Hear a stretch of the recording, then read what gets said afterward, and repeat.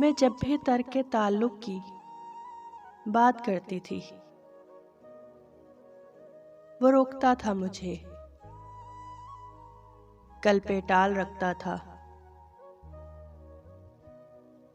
वो मेरे दर्द को चुनता था अपनी पोरों से।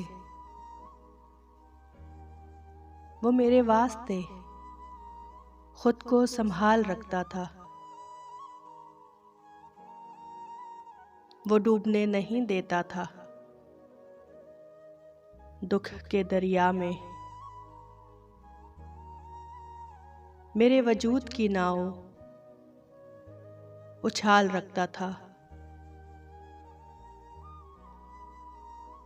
दुआएं उसकी बलाओं को रोक लेती थीं। वो मेरे चार सू हाथों की ढाल रखता था। एक ऐसी धुन के नहीं फिर कभी मैंने सुनी। वो मुनफरिद सा हंसी में कमाल रखता था। उसे निदामतें मेरी कहाँ गवारा थीं।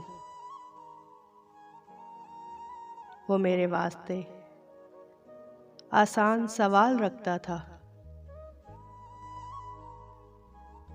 बिछड़ के उससे मैं इस दुनिया की ठोकरों में हूँ मोहसिन। वो पास था तो मुझे लाजवाल रखता था।